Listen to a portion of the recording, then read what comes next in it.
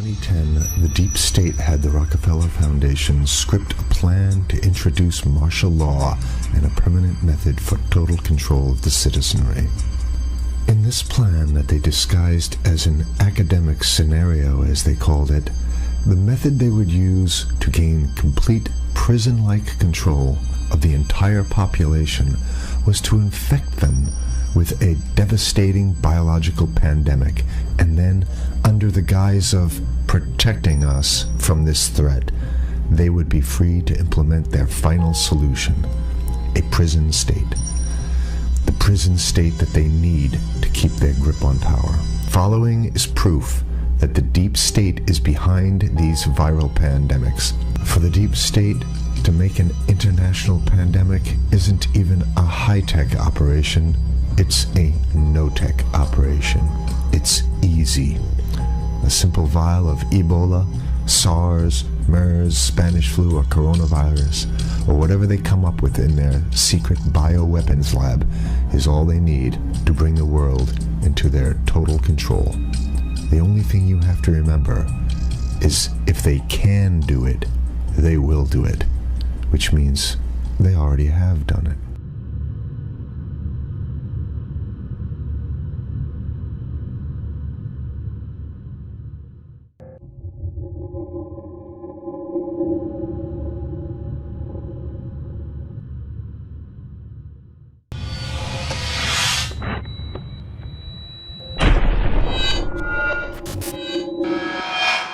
The ruling establishment has a lot of, they will stop at nothing to complete their toolkit of control, right?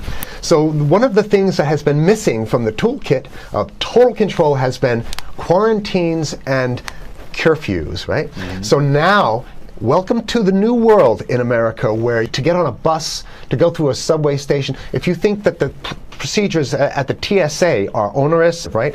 Guess this is coming to a bus depot near you. It's a more invasive way, and the ruling class needs this because, let me say, if the ruling class ever saw wide-scale civil unrest, you'd see an Ebola outbreak in America right away. Okay, so this is, what you see is that Ebola is another tool in the toolbox of the ruling class control. Yeah, to keep down absolutely, repression. positively, 100%. This is a tool. Right. Ebola doesn't just magically start spreading. Mm-hmm. And then we have this doctors that come back here. The white people, of course, live.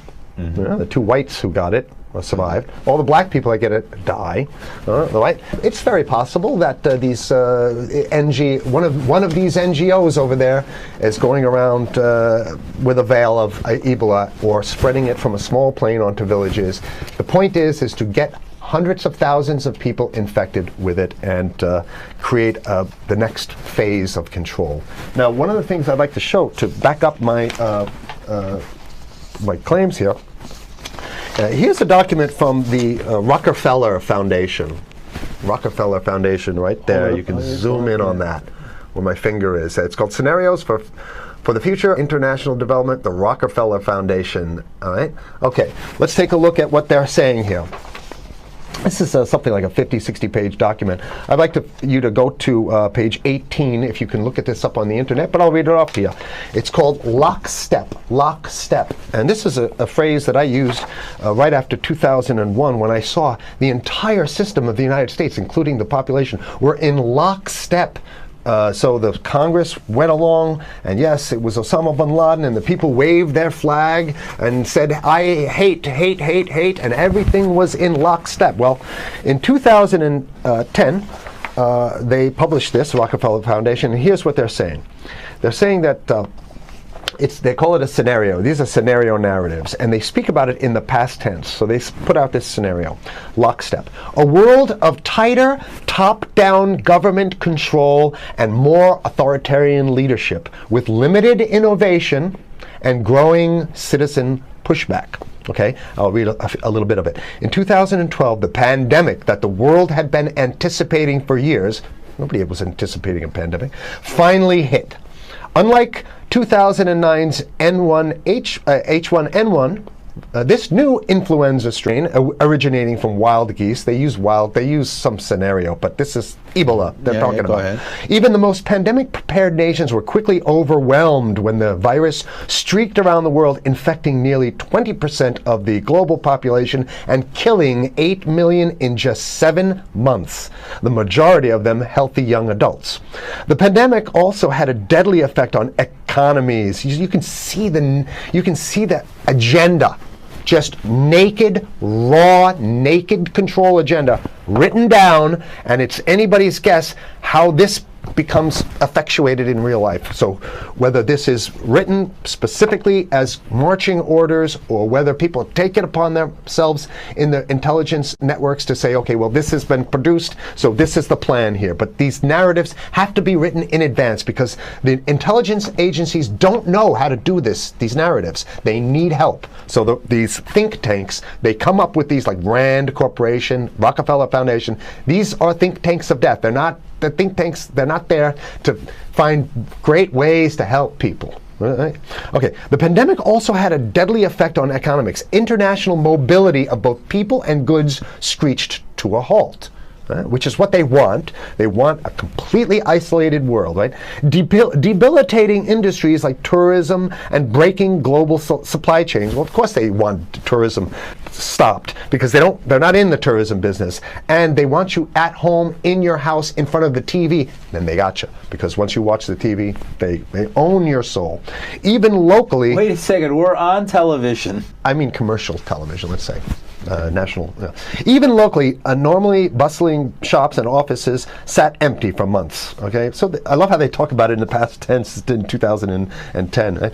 The pandemic blanketed the planet, though disproportionate numbers in Africa died. Southeast Asia and Central America, where the virus spread like wildfire. It sounds like the opening monologue of a disaster movie, right? Exactly. Now listen here's the good stuff now. But even in developed countries, containment was a challenge. Now here's this one. I love this one. The United States' initial policy of strongly discouraging, in quotation marks, strongly discouraging citizens from flying proved deadly in its leniency. So they're saying, that... No, keep going. Okay, read it. Proved deadly in its leniency. So they should have been tougher, right? Accelerating the spread of the virus, not just within the United States, but across borders. However, a few countries did fare better. China in particular.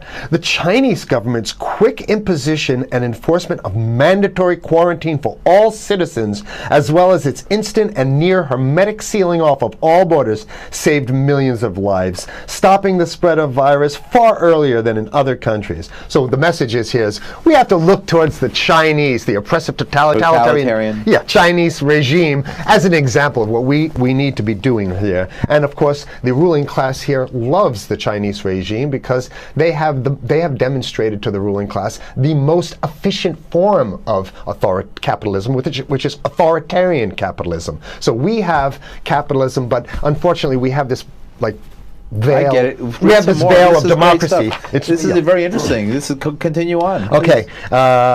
China's government was not the only one that took extreme measures to protect its citizens from risk and exposure. During the pandemic, national leaders around the world flexed their muscles, flexed their authority, and imposed airtight rules and restrictions. You can see the agenda. Okay, go. Okay.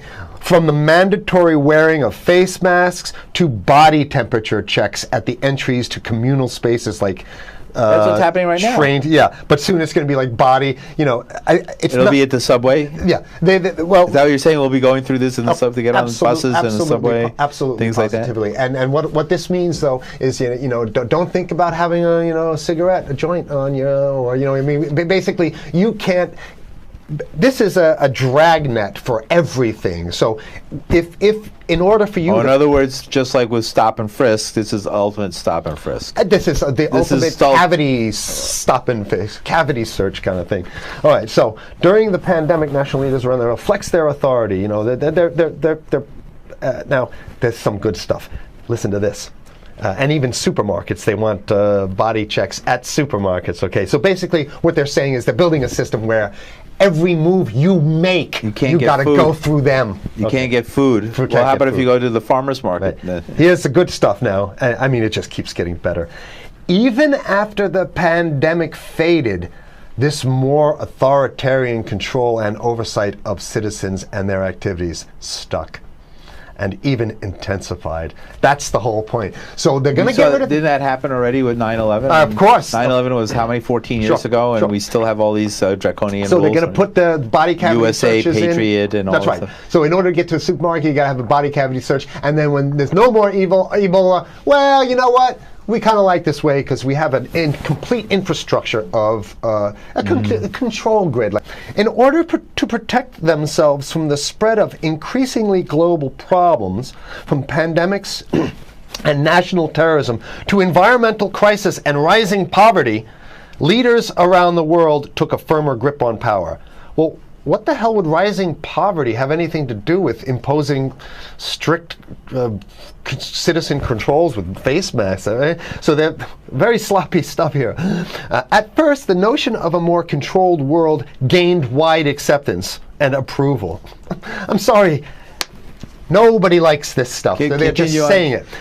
No, I have to provide analysis. Only because we only have 5 minutes left, so that's Oh my God, okay. Citizens willingly gave up some of their sovereignty and their privacy to more paternalistic states in exchange for greater safety and stability. I mean, that's just a complete naked contradiction to the famous saying that if you think you're going to give up a little bit of security, I mean, if you're going to give up your freedom for security, you're going to get neither. That's the long-standing thing. And here what they're doing is they're not even ashamed or embarrassed to absolutely say the exact opposite. They're saying, yes, we all want to give up our privacy and sovereignty for more stability and security and stability. So you don't get that.